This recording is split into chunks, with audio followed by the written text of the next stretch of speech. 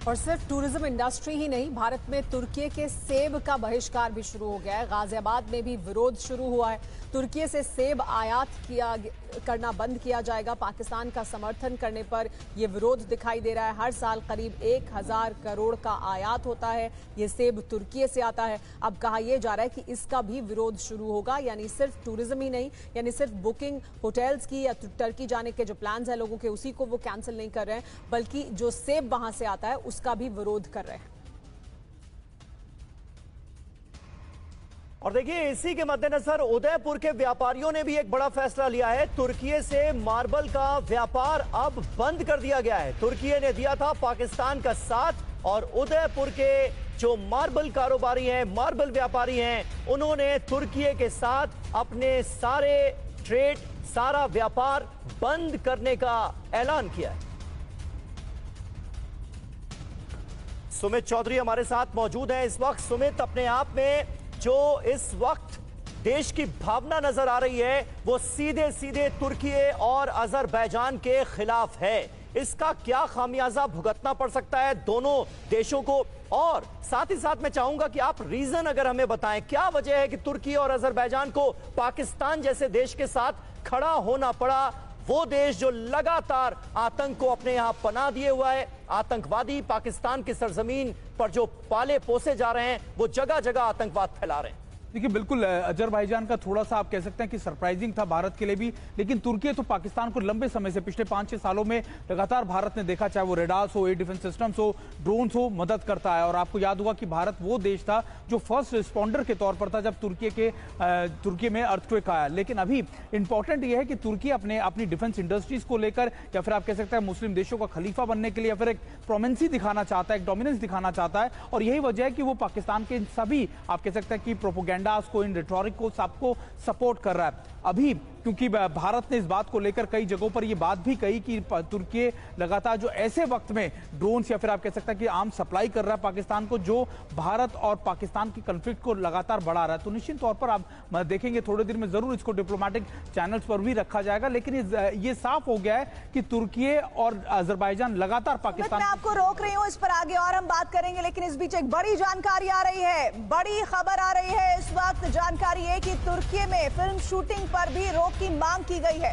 भारत की कई फिल्में तुर्की में शूट होती हैं और FWICE की भारतीय फिल्म मेकर से अपील है कि आप अपनी फिल्मों की शूटिंग को बंद करिए। हमारे साथ हमारे सहयोगी मुंबई से जयप्रकाश जुड़ रहे हैं। जयप्रकाश, एक बड़ा झटका लगेगा तुर्की के टूरिज्म इंडस्ट्री को और खास तौर पर भारत से शूट होने वाली वहां फिल्मों को, क्योंकि बड़े पैमाने पर यह काम किया जाता है, वहां पर फिल्मों की शूटिंग होती है। और इस मांग में और क्या क्या बातों को रखा गया है? देखिए, federation of cine employees western India association और इसके साथ करीब इसके 7 फ्रंट जो है जिनके सिने एम्प्लॉइज जो है वो शूटिंग्स में हिस्सा लेते हैं, जिसमें प्रोड्यूसर, डायरेक्टर, डिस्ट्रीब्यूटर और जो विदेशों में इनके जो शो ऑर्गेनाइजर हैं, इन तमाम लोगों ने ये निर्णय लिया है कि अब तुर्की में किसी भी तरीके की फिल्म की शूटिंग नहीं की जाएगी। आपको पता होगा कि टाइगर फिल्म, टाइगर पार्ट 1, 2, 3 और इसके अलावा कई ऐसी फिल्में हैं जिसकी शूटिंग तुर्की में होती आई है, अलग अलग देशों में, अजरबैजान में होती आई है। लेकिन अब ये निर्णय लिया गया है कि जिस तरह से तुर्की पाकिस्तान के साथ खड़ा रहा, जिस तरह से पाकिस्तान के लिए उसने अपना जो नेवी शिप खड़ा कर दिया और लगातार ड्रोन्स की मदद करता रहा, तो ऐसे देश को भारत क्यों मदद करे? भारत में इनके कलाकार आते हैं, भारत की फिल्मों में, बॉलीवुड की, टॉलीवुड की फिल्मों में काम करते हैं, पैसे बनाते हैं, और जब ये तुर्की जाते हैं तो तुर्की जाने के बाद ये क्या करते हैं? ये धर्म देखकर जो है दूसरे दुश्मन देश को सपोर्ट करते हैं। तो ऐसे में तुर्की के साथ आर्थिक रूप से कहीं भी खड़ा होना गलत है। और यही वजह है कि जो सबसे बड़ी इंडस्ट्री है, भारतीय फिल्म इंडस्ट्री, उसने ये निर्णय लिया है कि अब तुर्की में कोई भी फिल्म की शूटिंग या फिर कोई प्रमोशन या फिर कोई भी वेब सीरीज शूट नहीं की जाएगी। जी, बहुत बड़ी खबर आप बता रहे हैं। ये federation of western Indian cine employ की तरफ से ये मांग की गई है कि तुर्की में फिल्मों की शूटिंग को बंद किया जाना चाहिए। शुक्रिया आपका जी। लेकिन पाकिस्तान का आतंक परस्त चेहरा एक बार फिर दुनिया के सामने आया है। भारत की जवाबी कार्रवाई में मारे गए आतंकियों के परिवार को पाकिस्तान की सरकार मदद के लिए आगे आई है। पाकिस्तान की शहबाज सरकार ने ऑपरेशन सिंदूर में मारे गए आतंकियों के परिवारों की मदद के लिए 14 करोड़ की मदद देने का ऐलान किया है। ऑपरेशन में मारे गए हर आतंकी के परिवार को 1-1 करोड़ की मदद दी जाएगी। मदद की बड़ी राशि पाकिस्तानी सरकार मसूद अजहर के संगठन जैश ए मोहम्मद को देगी। इससे ध्वस्त किए गए आतंकियों के घरों को भी फिर से बनाने में मदद दी जाएगी। सुमित हमारे साथ जुड़े हैं। सुमित, देखिए, तब जबकि आतंकी मार गिराए गए, उनके जनाजे में पाकिस्तान की जो सेना के लोग थे, पाकिस्तान की सरकार के लोग थे, जो पॉलिटिशियन थे, वो तमाम दिखाई दिए थे। ये भी अपने आप में एक बड़ा सबूत था कि कैसे गठजोड़ है। लेकिन अब तो मदद दी जा रही है बनाने के लिए, घर बनाने के लिए, और जैश ए मोहम्मद को सीधी मदद दी जा रही है। तो ये तो अपने आप में और बड़ा सबूत है दुनिया के सामने।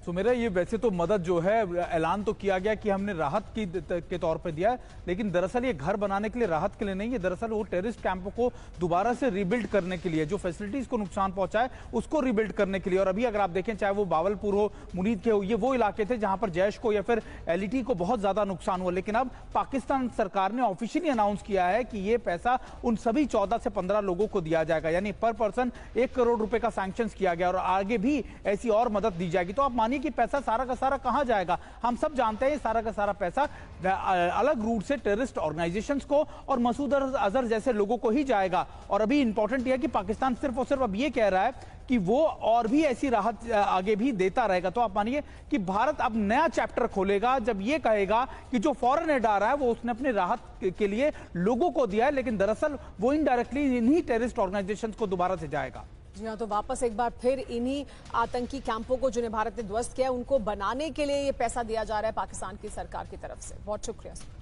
और आगे बढ़ते हैं। सिंधु जल समझौते के लिए भारत से गिड़गिड़ाया पाकिस्तान। पानी संकट से डरकर भारत से पाकिस्तान ने गुहार लगाई है।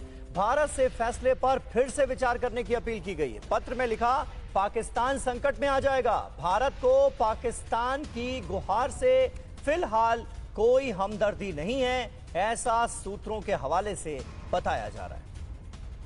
आनंद प्रकाश पांडे हमारे संवाददाता इस वक्त मौजूद हैं। आनंद, साफ तौर पर पाकिस्तान की बिलबिलाहट नजर आ रही है भारत के फैसले के बाद, लेकिन किस तरह की अपील की गई है अब पाकिस्तान की तरफ से?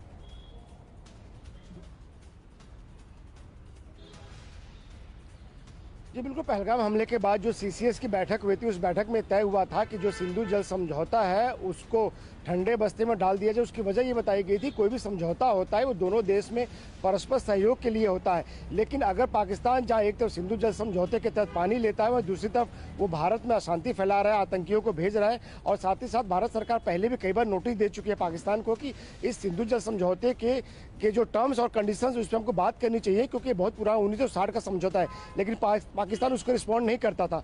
तो ऐसे में भारत सरकार ने पहलगाम हमले के बाद से पाकिस्तान सरकार को एक पत्र लिख के बताया था कि हम अब इस समझौते को ठंडे बस्ते में डाल रहे हैं, यानी कि जो ये समझौता अब इसको हम नहीं मानेंगे, क्योंकि आपने हमारी बात नहीं मानी। और आपको याद होगा प्रधानमंत्री ने परसों अपना जो देश के नाम संबोधन दिया था, उसमें ये बात उन्होंने कही थी कि पानी और खून एक साथ नहीं बह सकते। लेकिन अब भारत सरकार के फैसले के बाद से पाकिस्तान में हाहाकार मचा हुआ है और पाकिस्तान को ये लग रहा है कि चूंकि गर्मियों का सीजन आ गया तो ऐसे में वहाँ पे पानी की दिक्कत हो सकती है। न सिर्फ पानी पीने के पानी की दिक्कत, बल्कि जो बाकी जो सिंचाई के लिए जो पानी होता है उसकी दिक्कत हो सकती है। तो ऐसे में उसने भारत सरकार को पत्र लिखकर ये बोला है कि हम बात करने को तैयार हैं। और साथ ही साथ सिंधु जल समझौते को लेकर सरकार ने जो ठंडे बस्ते में डाला है उसको लेकर फिर से बात करी, हम बात करने को तैयार हैं। लेकिन जो सरकार के सूत्र है वो हमें ये बता रहे हैं कि फिलहाल सरकार की पाकिस्तान को लेकर कोई हमदर्दी नहीं है जब तक पाकिस्तान आतंकवाद पर रोक नहीं लगाता। और जिस तरह से कड़ा स्टैंड भारत सरकार ने, प्रधानमंत्री ने लिया है कि लहू और पानी एक साथ नहीं बह सकते, सरकार का मानना है कि जब तक पाकिस्तान एक आतंकवाद को समर्थन देता रहेगा, भारत में आतंकियों को भेजता रहेगा, तब तक हम उसके साथ कोई भी इस मामले में हमदर्दी नहीं दिखाएंगे। बिल्कुल, अभी कोई हमदर्दी, कोई रियायत भारत पाकिस्तान को देने के लिए तैयार नहीं है। शुक्रिया आपका आनंद, इस ताजा जानकारी और अपडेट के लिए।